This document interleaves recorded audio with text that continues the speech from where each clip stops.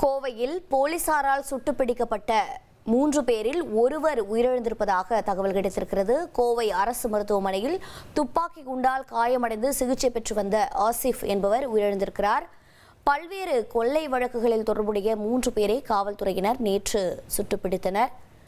தற்போது ஒருவர் உயிரிழப்பு குறித்து நீதிபதி தலைமையிலான விசாரணை நடைபெற உள்ளது. விவரங்களை செய்தியாளர் கார்த்திக் வழங்கிட கேட்கலாம். கார்த்திக், வணக்கம்.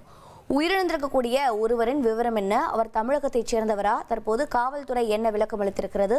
மேலும் என்ன நடவடிக்கை எடுக்க இருக்கிறார்கள்? வணக்கம். கோவையில் கடந்த வெள்ளிக்கிழமை அரசு குடியிருப்பில் 13 வீடுகளில் பட்டப்பகலே வீட்டின் பூட்டை உடைத்து 42 சவரன் தங்க நகைகள், 500 கிராம் வெள்ளி பொருட்கள் மற்றும் 3 லட்சம் ரூபாய் பணம் கொள்ளையடித்த சம்பவம் பெரும் பரபரப்பை ஏற்படுத்தியது.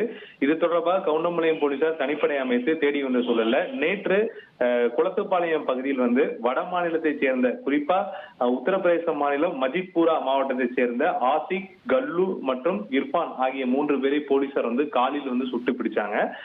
3 பேருக்கும் அறுவை சிகிச்சைக்காக கோவை அரசு மருத்துவமனையில் நேற்று சிகிச்சைக்கு அனுமதிக்கப்பட்டிருந்த சூழல்ல ஆசிக் 45 வயதுடைய நபர் சிகிச்சை பலனின்றி இன்று பகல் 12 மணி அளவில் அரசு மருத்துவமனையில் உயிரிழந்து விட்டார். அவருடைய உயிரிழப்பை தொடர்ந்து பிரேத பரிசோதனைக்காக தற்போது அவர் உடல் பிணவரையில் வைக்கப்பட்டுள்ளது. மேலும் இவருடைய உயிரிழப்புக்கு காரணம் என்ன? காவல்துறை துப்பாக்கியால் சுட்ட காரணத்தால் இவர் உயிரிழப்பு ஏற்பட்டதா, இல்லை இவருக்கு உடலில் வேறு ஏதாவது பிரச்சனைகள் உள்ளதா என்பது அனைத்துமே பிரேத பரிசோதனைக்கு பின்புதான் தெரிய வரும் என்பது தெரியப்படுத்தியிருக்காங்க.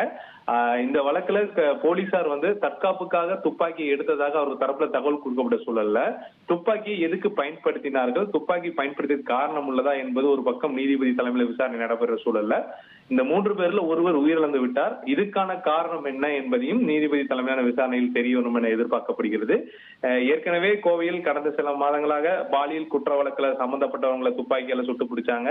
இப்ப கொள்ளை வழக்குல சம்பந்தப்பட்ட வட மாநிலத்தை சேர்ந்தவங்களும் துப்பாக்கியால சுட்டு பிடிக்கப்பட்டு அதில் ஒருவர் உயிரிழந்தது பெரும் முக்கியமாக பார்க்கப்படுகிறது.